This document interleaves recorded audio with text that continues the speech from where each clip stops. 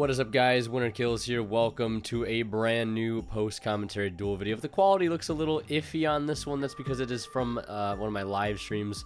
I've been recording or live streaming a lot of IRL duels recently. If you weren't aware, that is a thing we've been doing on twitch.tv, on my Twitch page, which you can find down in the description. If you want to tune in at some point in the future, feel free to. But this is me playing that Lightsworn plant hand loop deck versus my friend's Trickstar Sky Striker deck. And if I'm doing things a little bit differently, it's because this is from a live stream. Keep that in mind. I was showing the chat what was in my hand and wanted to take on the ultimate test and see what it was like to play against something extremely meta. You know, the deck that won YCS New Jersey, not this specific deck that my friend is piloting. As you can see, he's got that meta mats Cosmo Spellground, which looks absolutely fantastic. I didn't even know those mats existed, but I guess they do. Putting my mat to shame. I don't know. My mat, I think it looks pretty good. If I could get it on a Spellground, that would be even better. I don't know if that's like possible though.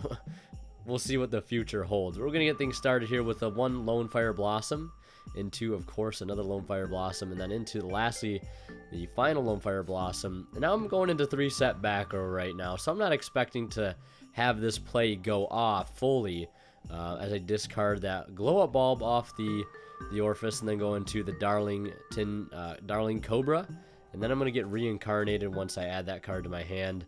I do make a pretty big mistake there anyways. I should have realized he had the reincarnation and set cards. I'm still not used to playing around this deck since I very rarely play against it. So the reincarnation there, due to my own stupidity and not setting some stuff first, loses me the game. I know there's some weird color flashing going on. That's just my bad webcam. That's why I don't use it to record regular duels. That's why I use my phone. But we're getting started here in game 2. I'm going to opt to go first, of course.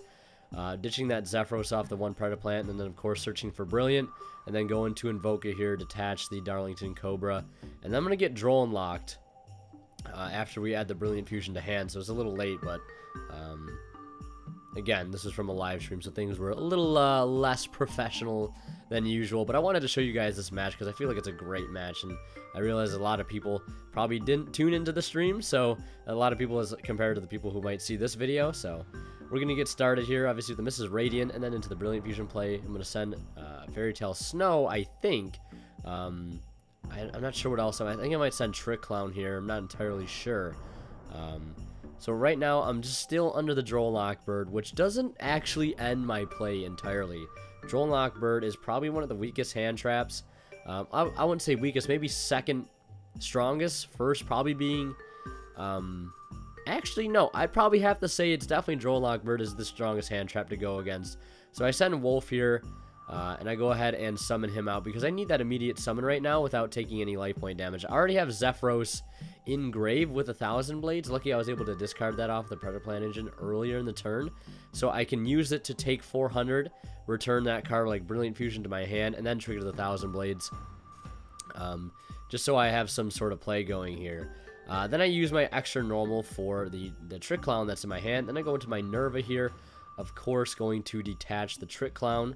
Gonna take 1,000 points of damage, but that's completely fine. And as you see, I also milled the Giant Rex. So now it's just a matter of time for me trying to get that that Fairy Tale Snow engraved. Occasionally reading the chat. I'm gonna use 1,000 Blades here.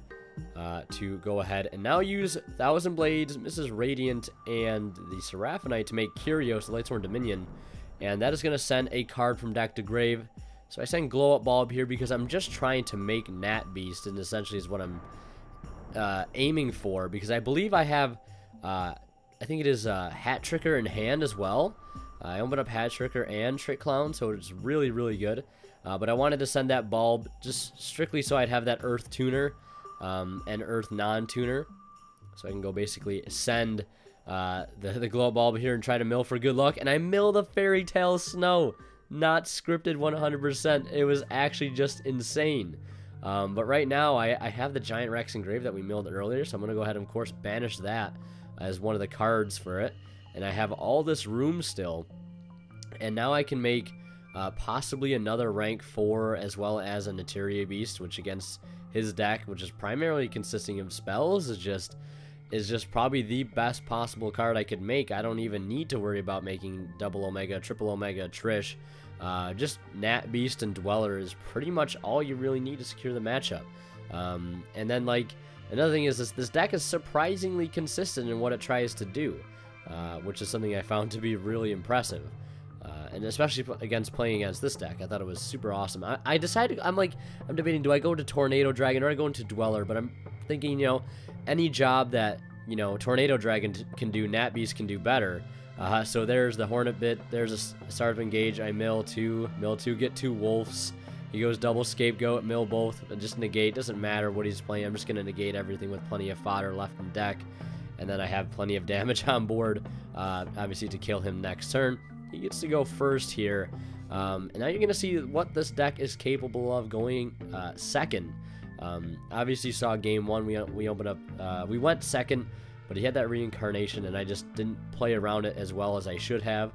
As you'll see, he has the reincarnation here, and at this point I believe he's probably definitely going to set that card as well as some other cards, and then go for the Lycaris to return the Candina to hand. And I think that might just be it for his turn. He's going to pass it over to me, and I'm going to start things off with the Lone Fire Blossom here. And then immediately go into another Lone Fire, and then into the last Lone Fire, and then I believe what's going to hit the board is the Predaplant monster. And now, you know how I didn't play around the reincarnation that well in game 1? So I take that into account here in game 3. Now, I don't want to lose a whole bunch of cards to reincarnation. But luckily it doesn't look like he has Drone Lockbird as of right now. So I set these cards. I would have done that before I went to use the effect of the Orifice to summon. Obviously, you can't just set them in the middle of a chain, I know that, but I just wanted to make sure, you know, because chat was being like, hey, you should probably do X thing before Y thing happens, you know? A little help. But I still decided to keep some cards in my hand, and I opt not to search off Darling Cobra, or whatever its exact name is, I forget what it's called. It's just the Cobra. And then attach and go right into the Thousand Blades here. I didn't want to go into the Brilliant Fusion because I believe I had already opened up one copy of it, and just didn't need to search it. So I flip up the set Brilliant Fusion, and now my hand is completely safe. I don't really care about losing the cards in my hand. And now he's going to go ahead and use Infinite Impermanence on my Brilliant Fusion. I thought he was using it on Mrs. Radiant, but he was using it on the Brilliant Fusion, which is 100% fine. Because I had Soul Charge set as well, and obviously those cards, they can be set and activated in the same turn, so long as they're not quick plays.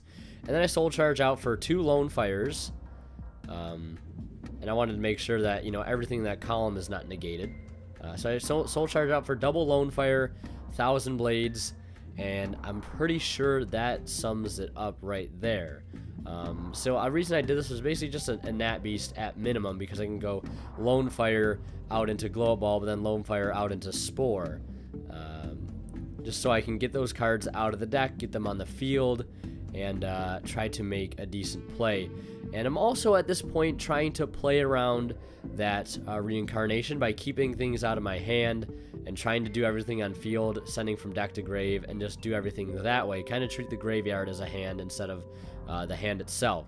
So I'm able to get that Trick Clown number, or that, Hat Tricker is able to get me that extra monster I need, that level 4 Earth, and that's allowed me to go into Curios here. I'm going to send Fairy Tale Snow.